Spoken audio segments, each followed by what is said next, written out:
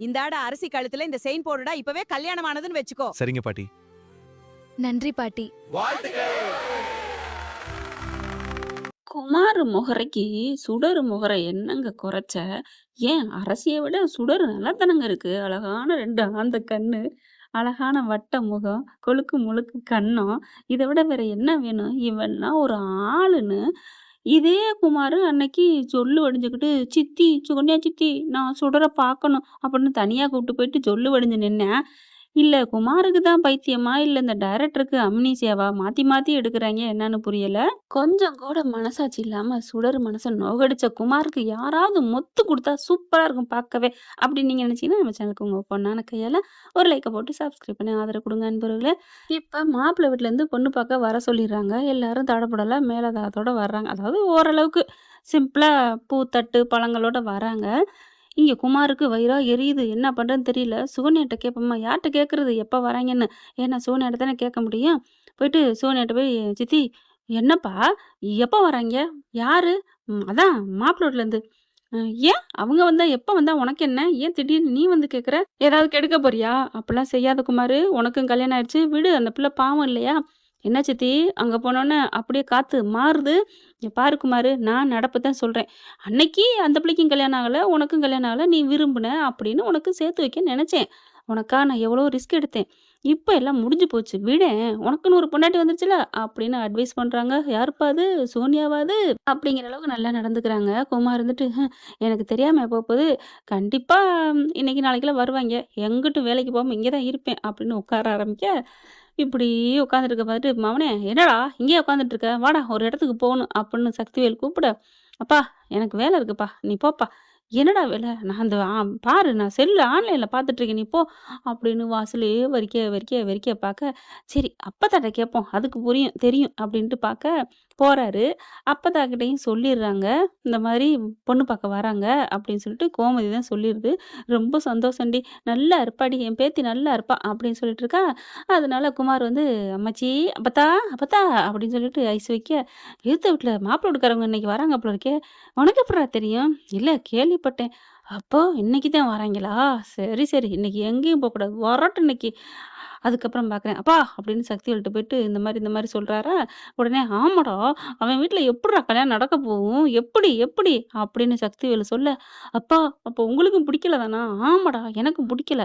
அவன் மொவ கல்யாணம் ஆகக்கூடாதுடா. இவங்கனால தானடா நம்ம போய் விழுந்தோம் படுகுழியில போயி. இல்லைன்னா அந்த மொகரையிலாமா உனக்கு நான் கட்டி வைப்பேன்." "ஆமாப்பா, எனக்கும் அதேதான்ப்பா. அந்த அரசிக்கு கல்யாணமே நடக்கக்கூடாதுப்பா. வரட்டும், வரட்டும். வந்ததுக்கப்புறம் பார்த்துக்குவோம் விட்றா" அப்படின்னு சக்திவேலு போயிடுறாங்க. குமார் அப்படியே இருக்கேன். செம்ம இதுல டக்குனு உள்ளார போயிட்டு ஒரு பாட்டில் எடுத்து ஃபுல்லா குடிச்சுக்கிறேன். இவங்க பார்த்தா தடபுடலா இருக்காங்க. அப்படி போறதும், அங்கிட்டு வரதும். பொண்ணு வீட்டுக்காரங்கன்னா ஒரு கெத்தா இருக்கணும் இல்லையா? அப்படியே நிக்க, இவன் அப்படியே பார்த்துட்டு இருக்கான். என்ன இங்கேயே உட்காந்துட்டு இருக்கானேன்னு கதிருக்கு புரியுது. ராஜியும் கரெக்ட்டா அங்கே போயிட்டு அவங்க அப்பா அம்மாட்ட பேசிட்டு, அப்பத்தாட்டலாம் சொல்லிட்டு, இந்த மாரி வராங்கன்னு பேசிட்டு தான் எதார்த்தமா போகுதுங்க. ஆனா குமார் உட்காந்துட்டே இருக்க பார்த்துட்டு போகுது. இவன் இங்க உட்காந்துருக்கானே! சரியில்லையே! அப்டின்ட்டு தான் போகுது. மாப்பிளோடு வர்றாங்க. வண்டியில நின்டு இறங்க, குமார் வாரான். அதுக்குள்ள பார்த்தீங்கன்னா, கதிர், ராஜி முன்னாடி வந்து நிக்க, குமார் அப்டியே பம்முறான். எப்படியாவது சொல்லணுமே தகவலுன்னு ரெடியா நிக்கிறேன். அதுக்கப்புறம் உள்ளார போயிடுறாங்க. சம்பிரதாயம் நடக்குது. இந்த பிள்ளை டீ கொண்டாந்து குடுக்குது. பஜ்ஜி, சொஜ்ஜி எல்லாம் சாப்பிடுறாங்க.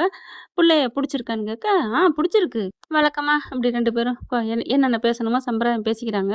பாண்டி என்ன பண்றாரு, பேசிட்டாங்க புள்ளைங்கன்னு, அப்புறம் எங்க குடும்பத்த பத்தி எல்லாம் பேசியிருப்பீங்க. என் புள்ளைங்க சொல்லியிருப்பாய்ங்க. என்ன மாப்பிள ஓகே தானே உங்களுக்கு? அ உடனே அவங்க மாப்பிள வீட்டுக்காரவங்க, அப்பா, அம்மாலாம் "என்னத்த பேசியிருப்பாங்கிறீங்க?" அப்படின்னு சொன்னோனே கதிர் இருந்துட்டு, "இல்ல 2 குடும்பம் எப்படி, எங்களுக்கு எத்தன பிள்ளைங்க அப்படின்னு பேசணும். அந்த மாப்பிள்ளைட்ட பேசணும். அதான்" அப்படிங்கிறாங்க. பாண்டியும் பார்க்குறாரு. "என்னடா நான் சொல்றேன், நீங்க அப்பா விடுங்கப்பா பார்த்துக்கலாம். இப்ப என்ன பொண்ணு தானே பார்க்குறாங்க. பார்த்துக்கலாம் விடு" அப்படின்னு சொல்லிட்டு இருக்காங்க. "ஏய் நீங்க பேசுறத பார்த்தா சொல்லலையாடா இன்னும் அவங்ககிட்ட?" அப்படிங்கிறாங்க. "இல்லப்பா சொல்றதுக்கே இதா இருந்துச்சுப்பா. எப்படிப்பா சொல்றது?" "டேய் உண்மைய சொல்றதுக்கு ஏன்டா பயப்படுறீங்க?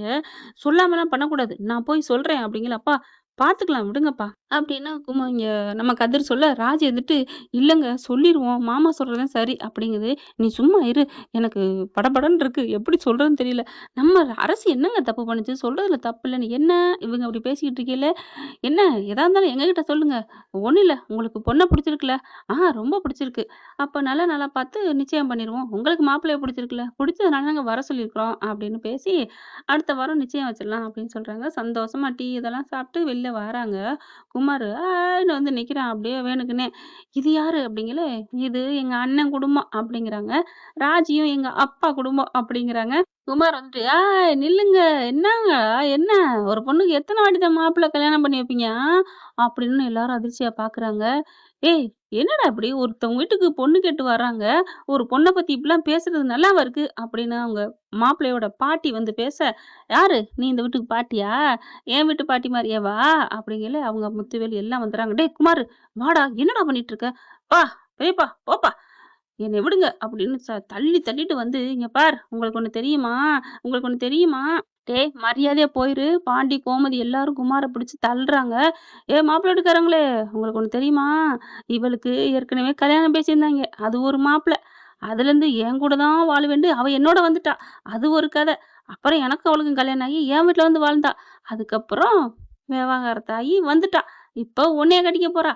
இப்படி எத்தன புருஷன் அவளுக்கு? அப்படின்னு சொல்லையில கதிரு போய் சப்பு சப்புன்னு அடி நொறுக்கி அள்ளி வைக்கிறாங்க. எல்லாம் கொய்யோ முய்யோன்னு ஐய்யய்யோ! ஒரே சண்டை 2 குடும்பத்துக்கும் பேய்க்கும் பேய்க்கும் சண்டைங்கிற மாரி, "ஐயோ! நிறுத்துறீங்களா?" அப்படின்னு கத்துறாங்க. அதுக்குள்ள அவன் ஏற்கனவே நல்ல மட்டை. இப்ப அடிக்கவும் அப்படியே, "ஐயோ! அப்பாங்க என் புள்ளைய விட்டுருங்கன்னு" சொல்லிட்டு அவங்க வடிவா, மாரியா அவங்க வந்து வேகமா தூக்குறாங்க. "ஏன்டா அப்படி பண்ற? ஒரு பொண்ணு வாழ்க்கைய கெடுக்க நினைக்கிற?" அப்படி இப்படிங்கல. "இப்ப என்ன? என்ன பிரச்சனை? என்ன உங்களுக்கெல்லாம்?" அப்படின்னு அந்த மாப்பிள்ளை வீட்டுக்காரவங்க கேட்குறாங்க. சக்திவேல் உடனே, "என் புள்ளைய அடிச்சுட்டா உண்மை மறைஞ்சிருமா? அவன் சொன்னதெல்லாம் உண்மைதான். அந்த பிள்ளைக்கு அப்படிங்கையில பலான்னு ஒரு அறை குடுக்குது அப்பத்தா இருந்துட்டு. "ஏன்டா ஒரு பொண்ண பார்த்து இப்படிலாம் பேசுற? அவ யாருடா? உன் தங்கச்சி புள்ளடா." "என்ன ஆத்தா? தங்கச்சியே இல்லைங்கிறேன். அப்புறம் என்ன தங்கச்சி புள்ள?" அப்படிங்கிறாங்களா. அப்ப பார்க்குறாங்க மாப்பிளையோட அம்மா, அப்பாலாம். பாண்டியன் போயிட்டு, "இல்லங்க, இவன் சொல்றதெல்லாம் பொய்யுங்க. நம்பாதீங்க. கல்யாணம் பேசுனது என்னமோ உண்மைதான். ஆனா அவன் கடத்திட்டு அப்படின்னு பாதி சொல்ல போயில, "நிறுத்துங்க" அப்படிங்கிறாங்க மாப்பிள்ளை வீட்டுக்காரவங்க எல்லாருமே. "அப்படி நீங்கலாம் சொன்னா நம்புவாய்ங்களா? இந்தா நிறுத்திட்டாய்ங்கல்ல. உங்களுக்கு எங்களுக்கு எந்த சம்மந்தமும் வேணாம், நிச்சயார்த்தம் வேணாம்னு சொல்லிட்டு போயிருவாய்ங்க. நீ தலைய குனிடா. நீ எப்பவுமே எந்த காலத்துலயும் கல்யாணம் பண்ணவே முடியாது. நாங்க இருக்கிறோம்ல, நாங்க இருக்கிற வரைக்கும் உன் மகளுக்கு கல்யாணமே நடக்காதுடா" அப்படின்னு சக்திவேல் சொல்லையில, இவங்க பார்க்குறாங்க. அந்த அப்பத்தா வருது. சக்திவேல பார்த்து பலான்னு ஒரு அறை. அதாவது மாப்பிள்ளையோட அப்பாத்தா வந்து அடிச்சு புடுதுங்க. "என்னடா பேசிட்டு இருக்க? என்ன நினைச்சிட்டு இருக்க? எங்க குடும்பத்த பத்தி உனக்கு என்னடா தெரியும்? நீ வேணா அப்படி இருக்கலாம், இப்படி இருக்கலாம். வீட்டுக்கு மறைச்சு, மறைக்காம பேசலாம், வைக்கலாம்.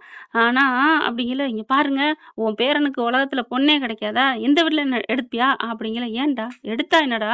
அந்த பொண்ணுக்கு என்னடா?" அப்படின்னு அரசிய போயிட்டு அப்படியே கட்டி அணைச்சுக்குது அந்த அப்பத்தா. "ஏம்மா உனக்கு என்னம்மா குறை?" அப்படிங்கல. அந்த புள்ள பேசவே இல்ல. அதுக்கப்புறம் இங்கிட்டு பார்த்துட்டு, "அது அரசி என்ன பேசும்? இந்த புள்ளைய பாவம் என்னென்ன படாத பாடு படுத்தி எடுத்து வச்சிருக்கான் உன் மவன். இந்தா கிடக்குறான் பாரு. ஒரு குடும்பத்துல அதுவும் கல்யாணம் பண்ண போயில இப்படியெல்லாம் பேசுறீங்கன்னா, நீ எப்பேர்ப்பட்ட குடும்பமா இருப்பீங்க? அப்படிங்கல பாண்டியன் பார்க்குறாங்க. இல்லம்மா, அது வந்தும்மா நீங்க சும்மா இருப்பா. நீனும் எனக்கு மயன் மாரி தான். நான் உன்னைய ஒண்ணும் சொல்லல. என்ன நினைச்சிட்டு இருக்கீங்க?" கதிர் பார்க்குறாரு. "டேய் உண்மைய அன்னைக்கே சொல்லியிருந்துருக்கலாம்ல" அப்படின்னுட்டு. அதுக்கப்புறம் மாப்பிள பார்க்குறாரு. "இங்க பாருங்க, நீங்க யாரும் எதுக்கும் பயப்படாதீங்க. எனக்கு எல்லாம் தெரியும்" அப்படிங்கிறாரு மாப்பிள. "என்னது தெரியுமா? அரசியலேருந்து எல்லா குடும்பம் அம்புட்டு இந்த குடும்பம், அந்த குடும்பம் பார்க்குறாங்க. யாரும் என்னை மறைச்செல்லாம் பண்ணல. போதுமா?" அப்படின்னு சக்திவேல பார்த்து பார்க்குறாங்க. மாப்பிள்ளையே போய் பேசுறாரு. "என்னய்யா நீலாம் ஒரு மனுஷன்? என் பொண்டாட்டிக்கு மாமங்கிறனால உன்னை விட்டு வைக்கிறேன். இதே வேற ஆளா இருந்துருச்சுன்னு வையேன், உன்னை நான் பார்க்கத்தான்டா சாதுவா தெரியும். ஆனா உண்மைக்கு அநீதியா இழைச்சீங்க, நான் சும்மா விட மாட்டேன்டா" அப்படின்ட்டு இங்கிட்டு திரும்புறாங்களா. அப்படியே கோமதி, பாண்டி எல்லாம் கதிரு, ராஜி வாயில அப்படிங்கிற மாரி நிக்கிறாய்ங்க. அப்பதான் பார்க்குறாங்க, மாப்பிளையோட அப்பா, அம்மா சொல்றாங்க, "எங்களுக்கு எல்லாம் தெரியும்ண்ணே" அப்படிங்குது பாண்டிய பார்த்து. அந்த சம்மந்தின்னு கூட சொல்லாம அண்ணேன்னு சொன்னோனே, "என்னம்மா சொன்ன?" "ஆமாண்ணே, ஒரு குடும்பத்துல வரோம்னா எல்லாம் அப்படித்தான். எல்லாமே தெரிஞ்சிருச்சுன்னு வைங்களேன், ஒண்ணும் பிரச்சனை இல்ல. தெரிஞ்சு புடிச்சு வந்துட்டாலும் சந்தோஷம் தான். புடிக்காம விலகிட்டாலும் நடக்கிறதுக்கு முன்னாடியே விலகுறோங்கிறது சந்தோஷம் தான். ஆனா என் புள்ள எல்லாமே சொல்லிட்டான். எப்படி அப்படிங்கையில, ஆமா பொண்ணு பார்க்க வரான்னு தெரிஞ்சோனே, அரசி தான் எல்லாத்தையும் கூப்பிட்டு சொல்லிருதுங்க. அம்புட்டையும் ஒண்ணு விடாம, அத பூராத்தையும் என் பையன் எங்ககிட்ட சொல்லிட்டான். ஏன்னா, என் பையன் எதையுமே எங்ககிட்ட மறைச்சதில்ல. எல்லாத்தையும் உண்மையா சொல்றான் அந்த புள்ள. அந்த புள்ள தான்டா நமக்கு மருமகளா வரணும். நாங்க எல்லாரும் முடிவு பண்ணோங்க. அப்படின்னு எல்லாரும் சொல்றத பார்த்தோன்னே, பாண்டிக்கே ஒரு மாதிரி ஆகுது. "எப்பேர்ப்பட்ட குடும்பம்யா நீங்க? எவ்வளவு நல்லவங்களா இருக்கீங்க?" அப்படின்னு சொல்லிட்டு, அப்படியே கையெடுத்து நன்றி சொல்றாரா. "அண்ணே அண்ணே என்னண்ணே நன்றியெல்லாம் சொல்லிட்டு கும்பிட்டுட்டு விடுங்கண்ணே. நீங்க எனக்கு அண்ணனே. என் மருமகள பெத்தவங்க. எங்கள காலத்துக்கும் காப்பாத்த போறவங்க. சாமிய பெத்து குடுத்துருக்கீங்க." அப்படித்தான் ஒவ்வொரு குடும்பமும் நெனைக்கணும். பொண்ணு வீட்டுக்கு வந்துட்டா அவ சுமைன்னு நினைக்கவே கூடாது. அவ எவ வீட்டு பிள்ளையோன்னு நினைச்சு கொடுமைப்படுத்தக் கூடாது. நம்ம வீட்டுக்கு வந்திருக்க மகாலட்சுமி, நம்ம வாரிச பெத்து குடுக்க போறவ, நமக்காக சமைச்சு போட காலங்காலத்துக்கு நமக்காக துணை நிக்கிறவன்னு நெனச்சா, யாருக்கும் அது வினையா தெரியாது. நீங்க கவலைப்படாதீங்கண்ணே. அரசி தான் என் வீட்டு மருமக. ஏன் இப்பவே என் கழுத்துல இருக்கிறத தூக்கி கழுத்துல போட்டு, எங்க எங்க மருமகள உன் மகள கூட்டி போகட்டுமா? அப்படின்னு சொன்னோனே, அப்படி ஒரு சந்தோஷம் கட்டி பிடிச்சுக்கிறாங்க ஆளாளுக்கு. அப்படியே பார்க்குறாரு மாப்பிள. அரசிய எப்படி அப்படின்னு கண்ணடிக்க, அப்படின்னு திரும்புறாங்க. கதிர், ராஜியும் என்னது நம்மளோட டாப்ல போயிட்டுருக்காங்களே அப்படின்னு பார்த்து அவங்க சொல்ல, ஆ நமக்கு டாப்பு நம்ம தான். என்ன அப்படின்னு ராஜி சொல்ல, அந்த வீட்ல பார்த்தீங்கன்னா சக்திவேலு, ச்சே ஒண்ணும் நடக்காம போச்சே அப்படிங்கையில, டேய் இவன தூக்கிட்டு உள்ளார வாடா அப்படின்னு முத்துவேலு அந்த குமார தூக்கிட்டு போக சொல்றாங்க. அதுக்கப்புறம் வந்தவங்ககிட்ட பார்த்து, மன்னிச்சுக்கங்க நான் சொல்றேன். என் தங்கச்சியும் சரி, என் தங்கச்சி மாப்பிள, என் தங்கச்சி பிள்ளைங்க எல்லாருமே சொக்க தங்கம். என் அரசி ரொம்ப நல்லவ. உங்க குடும்பத்துக்கு நல்லா இருப்பா. இவங்க சொன்னதெல்லாம் பொய்யி. அந்த அந்த புள்ளைய வேணுக்குன்னே பண்ணது என் தம்பி புள்ள தான். அதனால எங்களுக்கு எல்லாம் தெரியும்ண்ணே. நீங்க ஏன் கவலைப்படுறீங்க? அப்படின்னு அவங்களே சொல்லிடுறாரு. அப்படியே ஆச்சரியப்பட்டு போறாங்க. அந்த மாப்பிளோட அப்பா முத்துவேல பார்த்து அண்ணேன்னோனே அவருக்கு ஒரு புளாங்குது அடையுது. நாங்க கிளம்புறோம். அடுத்த வாரம் நிச்சயத்த வச்சிருக்கோம். கண்டிப்பா நீங்க எல்லாரும் வரணும் அப்படின்னு அந்த மாப்பிள்ளை வீட்டுக்காரவங்க சொல்ல, கண்டிப்பா நாங்க வர்றோம் அப்படிங்கிறாய்ங்க. சக்திவேலு குமார தூக்கிட்டே போயிட்டு, வருவான் வருவான். நடக்க விட்டுருவோமா? டேய் போடா அப்படிங்கிறாரு. எல்லாரும் கிளம்புறதுக்கு முன்னாடி அப்பத்தா வருது. இங்க பாருங்க அப்படின்னு அரசிய கூப்பிட்டு, மாப்பிள்ளைய புடிச்சு இங்க பார் 2 பேரும் இனிமே பிரியவே கூடாது. நானே எனக்கு உயிருக்கு ஏதாவது ஆபத்தானாலும் சரி, கல்யாணம் நடக்காம போனாலும் சரி, என் பேரன் தான் உனக்கு. சரியா? அப்படிங்கிறாங்க. அப்படியே தலைய அசைக்குது. இது நிச்சயம் வரைக்கும்லாம் சரிப்பட்டு வராது போல இருக்கு. இந்தா அப்படின்னு கழுத்துல இருக்க செயின கழட்டி பேரன்ட்ட குடுக்குது. டேய் இப்ப அச்சாரமா போடுறா இப்பவே நிச்சயத்த. எல்லாரும் பார்க்குறாங்க. ஏன் என்ன? எனக்கு சம்மதம் தான். சந்தோஷம் அப்படிங்கிறாரு பாண்டி, கோமதி எல்லாருமே. அவன் செயின் எடுத்து அப்படியே அந்த பிள்ளை அரசி கழுத்துல போடுறாரு. ரொம்ப சந்தோஷமா எல்லாரும் கை தட்டுறாங்க. என்ன ஃப்ரெண்ட் இப்படிலாம் போனா நல்லா தானே இருக்கும். பார்க்கலாம். இது நம்மளோட கற்பனை கதை தான். உடனேவா அவ்வளோ சீக்கிரத்துல முடிச்சுருவாய்ங்க. ஆனா பிரச்சனை பண்ணுவாரு குமாரு. இந்த கல்யாணத்த பொறுத்தவரைக்கும். அது மட்டும் உறுதி சொல்லலாம். இந்த பதிவு உங்களுக்கு பிடிச்சிருந்துச்சுன்னா உங்க பொண்ணான கையில ஒரு லைக்க போட்டு சப்ஸ்கிரைப் பண்ணி ஆதரவு குடுங்க அன்புறவுகளே. Thank you friends.